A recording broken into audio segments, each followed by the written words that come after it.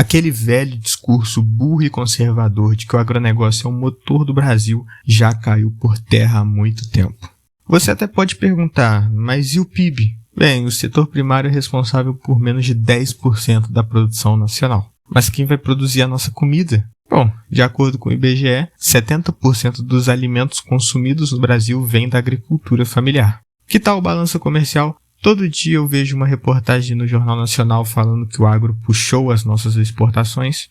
Bem, nesse caso, não só 70% das exportações de bens e serviços são feitos pelo setor industrial, como a Embraer sozinha foi equivalente a 1/5 da contribuição agrícola em 2022. Produtividade, talvez?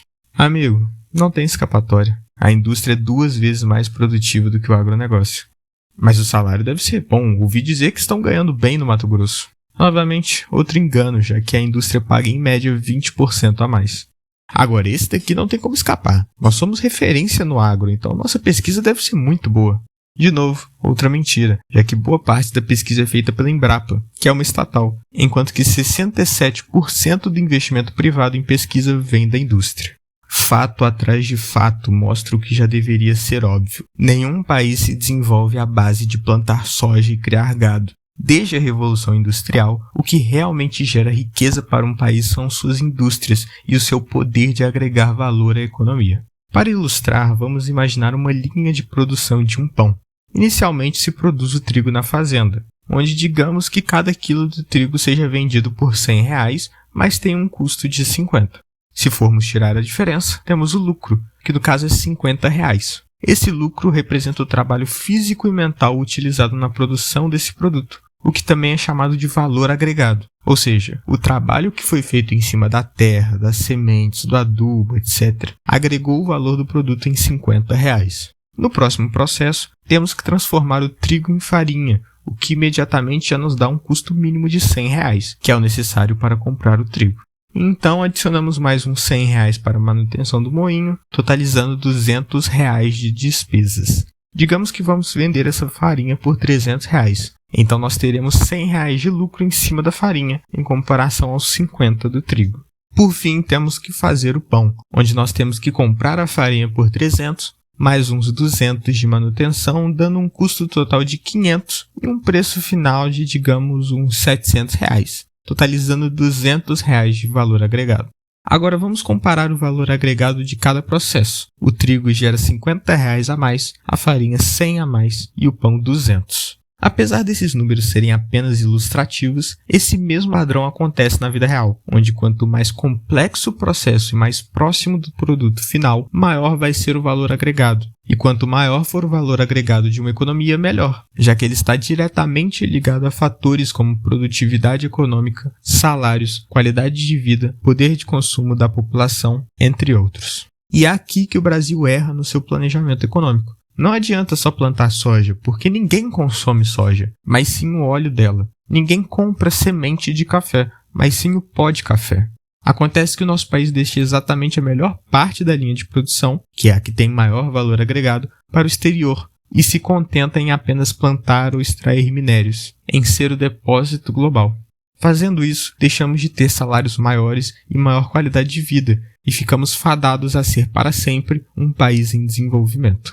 Outro prejuízo que temos em ficar nessa economia agroexportadora é que nós nos tornamos extremamente dependentes do mercado externo, principalmente dos preços das commodities.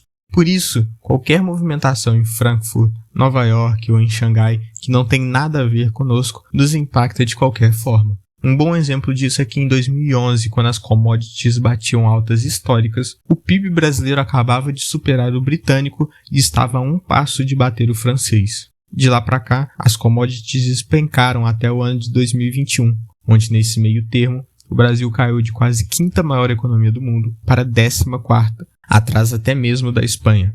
Com o fim da pandemia, a economia global volta a patamares anteriores, o que imediatamente aumenta a demanda por commodities e, por consequência, o seu preço. E aí nós chegamos no momento atual, onde o Brasil já se recupera, ocupando a 9ª posição, quase ultrapassando a Itália. Nesse momento, espero que eu já tenha convencido você sobre a superioridade da indústria em relação ao agronegócio e que o Brasil deve mudar o seu foco econômico. Mas quais são os problemas que nos impedem de chegar nessa situação?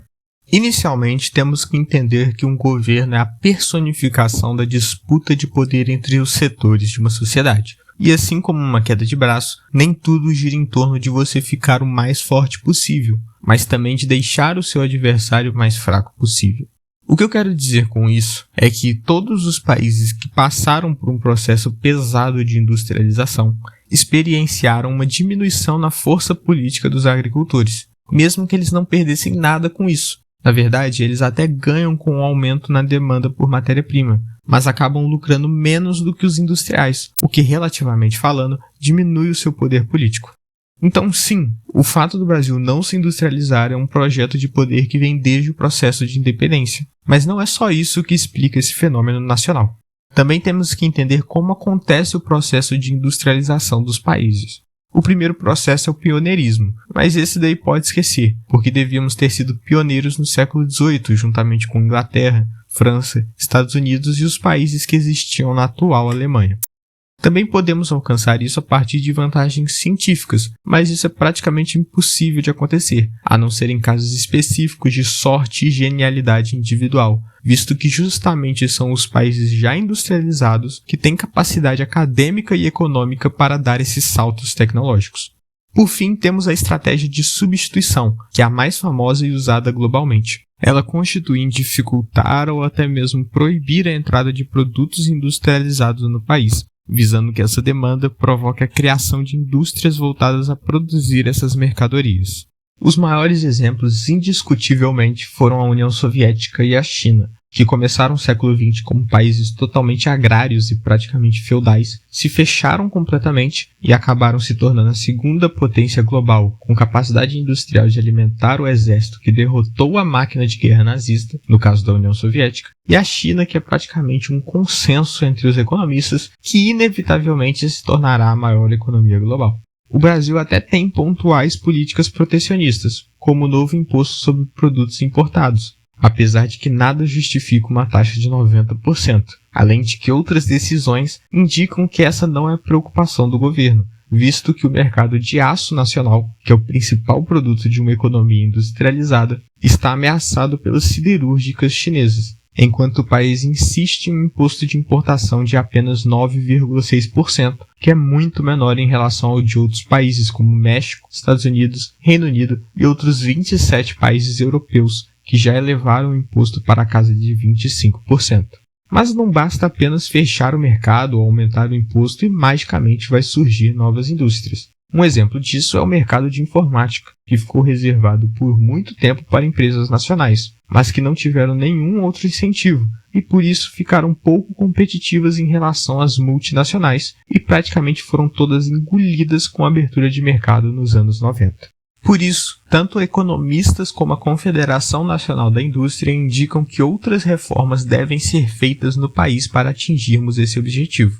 E é essa parte que torna esse vídeo o mais legal da série, porque ele se comporta como se fosse um resumão, visto que é extremamente necessário que o país invista em ferrovias, assim como nós falamos nos episódios sobre a geografia do país, já que é o melhor modelo de transporte para o Brasil e principalmente para a indústria. Além de que nós temos que fazer uma reforma tributária, assim como dissemos nos vídeos sobre impostos, que alivia os tributos sobre produtos no geral e sobre a exportação de produtos manufaturados para que se incentive a produção de mercadorias nacionais, gerando empregos, renda e melhorando o poder de compra da população. Também temos que baratear os custos da indústria, fornecendo matérias-primas mais baratas, mudando o foco do agronegócio brasileiro para o mercado interno e não externo, assim como nós falamos nos episódios sobre reforma agrária. Por fim, também é necessário um grande financiamento a partir de empréstimos ou investimentos estatais. Dinheiro esse que, apesar de não parecer, o governo tem, visto que o Banco do Brasil, que é um banco estatal, tem sozinho uma carteira de 300 bilhões em empréstimos destinados apenas ao agronegócio. Isso sem contar os fundos do BNDES, que foi criado exatamente para esse tipo de incentivo.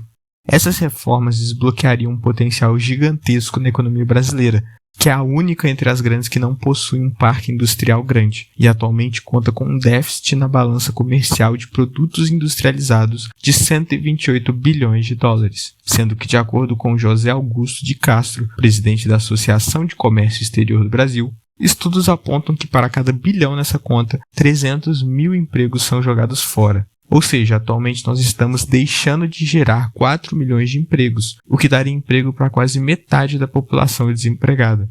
Isso se nós apenas substituirmos o que nós já consumimos, mas não produzimos, sem considerar aumentos no consumo que inevitavelmente ocorreriam com o aumento da renda da população e possíveis exportações.